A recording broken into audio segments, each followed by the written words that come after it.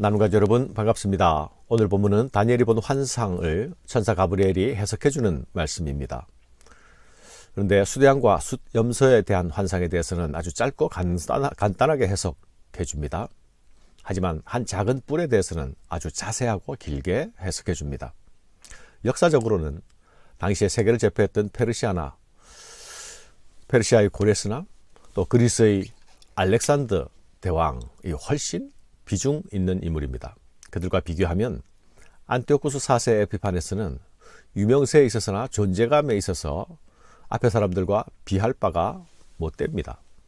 그럼에도 불구하고 이 한 작은 뿔에 해당하는 사람에 대해서 긴 해석이 주어지는 이유는 바로 이 사람에 의해서 예루살렘 성전이 큰 수치를 당하고 이로 인해 이스라엘 백성들이 큰 고통을 겪을 것이기 때문입니다. 지금 이스라엘의 국가는 멸망하고 민족들은 포로로 끌려온 바벨론 포로기를 겪고 있지 않습니까? 이것은 물론 징계의 심판을 당하는 중입니다. 그들이 이 징계 심판을 당할 때도 예루살렘 성전은 수모를 당했죠. 그러나 이제 포로의 기간이 다 지나가고 다시 고국으로 돌아가게 되고 그리고 그곳에서 성전을 재건하게 되는 그 회복을 은혜를 누리게 되면 그러나 그것으로 다 끝이 아닙니다.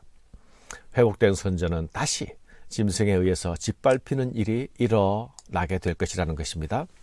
바벨론 포로 생활이 이스라엘 역사에 대한 하나님의 심판이 임하는 대사건이었다면 회복된 성전이 또다시 짐승의 세력에 의해 유린되는 이 또 다른 끔찍한 사건은 그들에게 큰 고통과 혼란이 될 것입니다.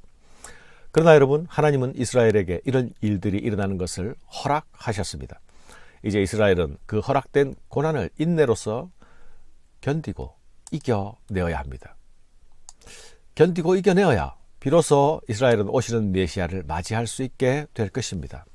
그렇기 때문에 한 작은 뿔에 해당하는 자에 대한 말씀이 자세하게 주어지고 있는 것입니다.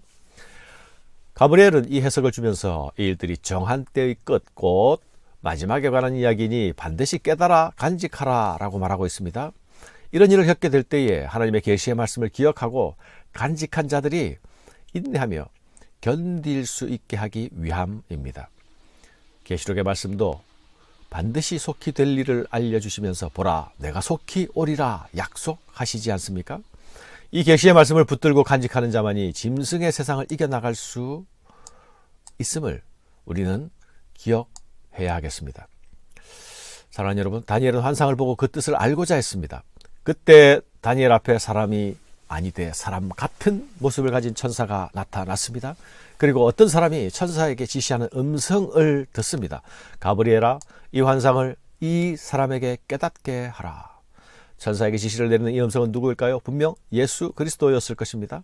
주님의 누가 또 천사에게 이 지시나 명령을 내릴 수 있겠습니까? 그런데 다니엘은 주님이 아닌 가브리엘이 앞에 섰는데도 그 앞에서 바로 서 있을 수가 없었습니다. 두려움에 떨며 바로 얼굴을 땅에 대고 엎드리죠. 이것은 죄인인 자가 거룩한 존재 앞에 설 때 나타나는 공통적인 모습입니다. 죄인과 거룩의 격차이죠. 천사 앞에서도 이럴진데 하물며 거룩하신 하나님 앞에서는 우리는 얼마나 더할까요?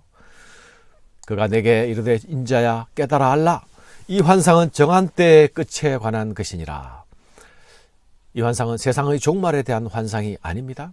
정한 때의 종말이란 말은 이 헬라 핍박자의 시대의 종말에 관한 것입니다. 가브리엘의 말하는 것은 메시아가 오기 전 유대인들에게 닥칠 특별한 환란의 시기의 끝에 대한 말씀인 것입니다. 다니엘은 천사의 말을 듣는 것이 너무도 벅차고 무거워서 감당하기 어렵다고 느낍니다.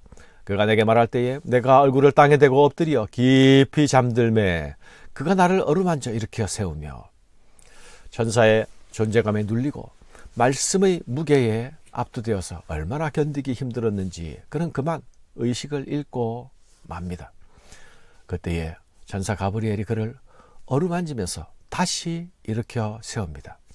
그제서야 다니엘은 다시 천사의 해석을 계속 들을 수 있게 되었습니다. 사랑하는 여러분, 주의 뜻을 보고 주의 뜻을 깨닫는 일은 즐겁고 기쁘고 영광스러운 일이 아닙니까? 그러나 또 한편으로 그 일은 우리가 감당할 수 없는 무겁고 무거운 일이 될 수 있습니다. 그렇지만 그 일은 거부할 수도 또 멈출 수도 없는 일입니다. 그래서 하나님은 천사의 어루만짐과 거룩한 터칭으로 우리의 연약함을 도우십니다. 다니엘은 모든 해석을 다 들은 후에 결국 알아 누워 버리게 됩니다. 하나님의 뜻과 계획을 온전히 받고 수용하는 일이 엄청난 고통을 동반하는 일이기 때문입니다. 이것은 또한 말씀 맡은 자의 무게가 얼마나 무거운 것인지 또 그 사명이 얼마나 중요한 것인지를 짐작하게 하는 것이 아닙니까? 이것은 또한 우리가 말씀 맡은 자를 위해서 기도해야 하는 이유이기도 합니다. 다니엘이 해석해주는 환상의 해석의 핵심은 이것입니다. 현재 당하는 성도의 고난은 영원한 고난이 아니라 반드시 끝이 있다는 것이죠. 작은 뿔의 통치는 분명 극심한 고난의 시기가 될 것입니다. 그러나 외면하고 피해 갈 수 있는 것이 아니라 인내하며 통과해야 할 고난입니다.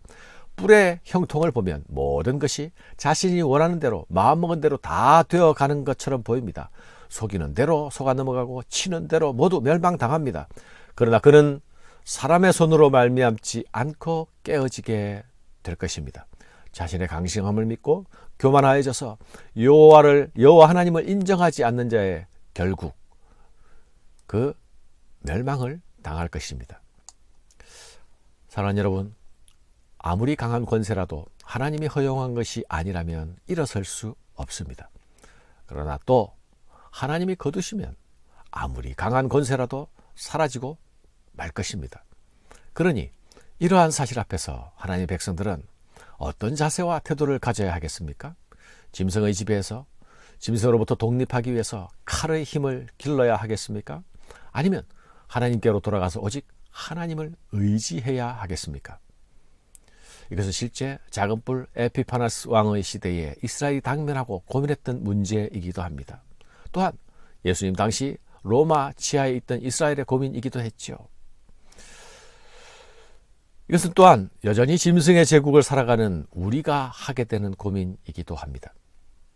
강하고 뻔뻔하고 능한 자에 맞서기 위해서 우리는 더 강하고 더 뻔뻔하고 더 능한 자가 되어야 하겠습니까? 그리할 수는 없습니다. 그리해서도 안 됩니다. 성경은 우리가 그쪽으로 가서는 안 된다고 말씀합니다. 그러면 어떻게 해야 합니까? 이런 무도한 상황 가운데서도 하나님만이 참 주권자가 되신다. 하나님만이 참 역사의 주관자가 되신다라는 사실에서 흔들리지 말아야 합니다. 이런 견딜 수 없는 상황에서도 지금 이 역사가 하나님의 손에 있다는 사실을 굳게 믿어야 한다는 것입니다. 그래야만 흔들리지 않을 수 있습니다. 그래야만 견디어 낼 수 있습니다. 그래야만 믿음의 인내가 가능합니다. 성경이 한결같이 우리에게 요구하는 것은 믿음의 인내이지 않습니까? 너는 이 환상을 깨달아라. 그리고 너는 이 환상을 간직하라. 짐승의 시대를 통과해야 할 우리가 기억하고 우리가 붙잡아야 할 말씀입니다. 감사합니다.